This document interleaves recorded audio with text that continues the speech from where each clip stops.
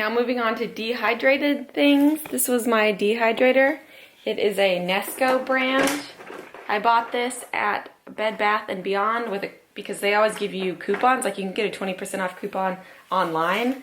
And I think that their normal price was $65 for this. And this is just, I saw some online that are like 200, 600 bucks, and I just thought that was kind of insane. This one has 7 settings of different heats. So different foods go at different heats, obviously. And this has, I think, 4 trays. So this top tray is a plastic tray. This is typically what you would dehydrate sauces on, or things like that that are super small that you don't want to fall through the cracks. But this is the way it looks. It comes with 4 of these different trays. And so you could dehydrate, you know, 4 rows at a time at the same temperature. Of course, you can't change the temperature for each of those. So I did use this quite a bit in the beginning when I was prepping my food, but I didn't get around to doing a ton of it.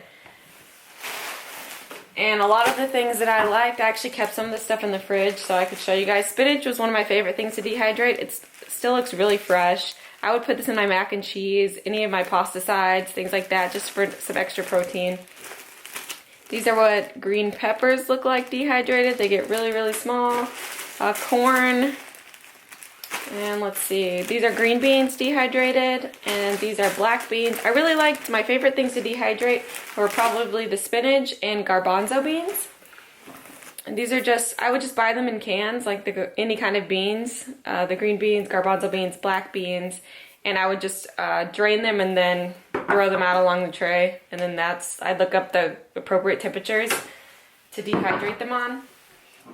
But you can dehydrate any beans, like navy beans or whatever kind of beans that you like. You can dehydrate those. I had this trail food book that I used as a resource. It says Drying and Cooking Food for Backpackers and Paddlers. This is the revised edition by Alan S. Kesselheim. I don't think I used this that often, but it was just nice to look at, I guess. But all the stuff that I used was basically online or came with the Nesco Dehydrator. This had everything that you needed to know. It'll tell you all the vegetable drying guides. Like broccoli, it says wash and cut for serving, and then it says 4 to 10 hours drying time. And then I'll tell you corn took about 6 to 12 hours of drying time. Mushrooms, 4 to 10 hours. So I mean, these things took a while. Like I'd sometimes leave them going throughout the night. And it teaches you how to do drying. You can dry herbs, drying jerky. It gives you different recipes. This was actually really useful. The internet is also really helpful. I got a lot of recipes off the internet. That's how I did this. I just Googled about pasta sauce, how to dehydrate red pasta sauce, because I wanted to make spaghetti along the trail. So this was nice too. It doesn't rehydrate as nice, as creamy as you might think, but it is pretty good, and it does have that tomatoey taste. So I think that is all. If you guys want me to do a specific any more information about this stuff, I will be happy to, but these are just the basics.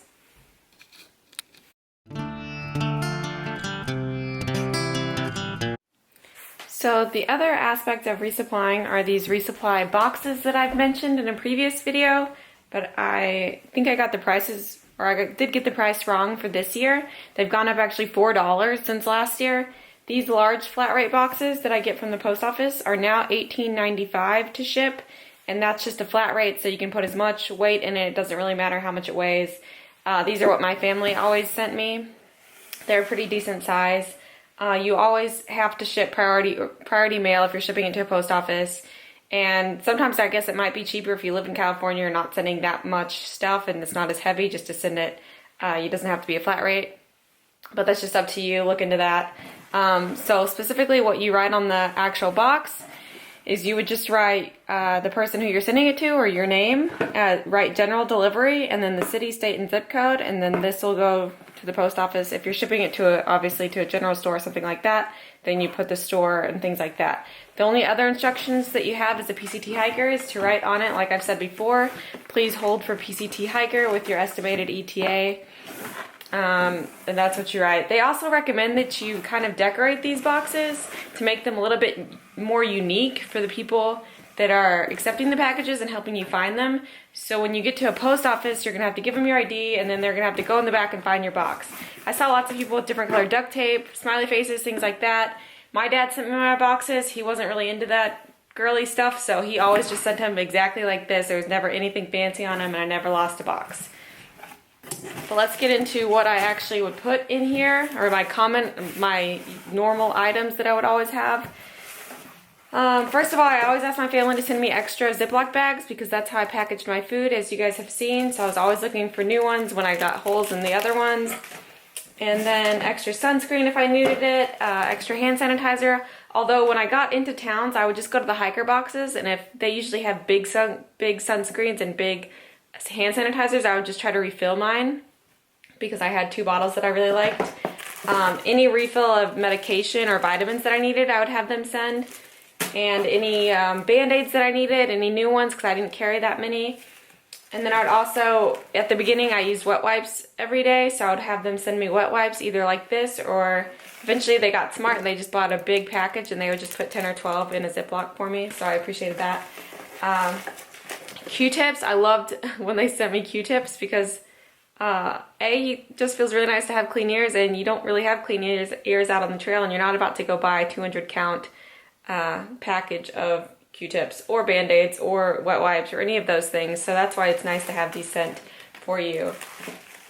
I also always had them send little soap bars, so we would just collect these from hotels and things like that, and these are just really nice to have when you get into town. That way you can take a shower, because not everywhere you go they have soaps available.